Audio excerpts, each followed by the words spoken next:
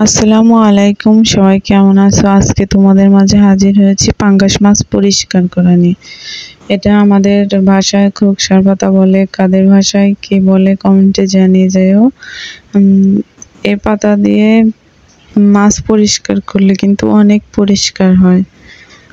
এই দেখো, খোকসার পাতা দিয়ে আমার ভাবি মাছটা তুলতেছে, অনেক পরিষ্কার হচ্ছে। কিন্তু কেউ কেউ যে পাতিল মাঞ্জন দিয়েও পরিষ্কার করতে পারো, তারের মাঞ্জন যে আছে ওগুলো দিয়ে। এখন কাটাকাটির পালা। দেখো আমার ভাবি এখানে মাছ কাটছে, মাছের ভিতরে এগুলো নাকি ডিম। আমি তো জানি না যে এগুলো কি, আসলে পরে শুনি এগুলো নাকি ডিম।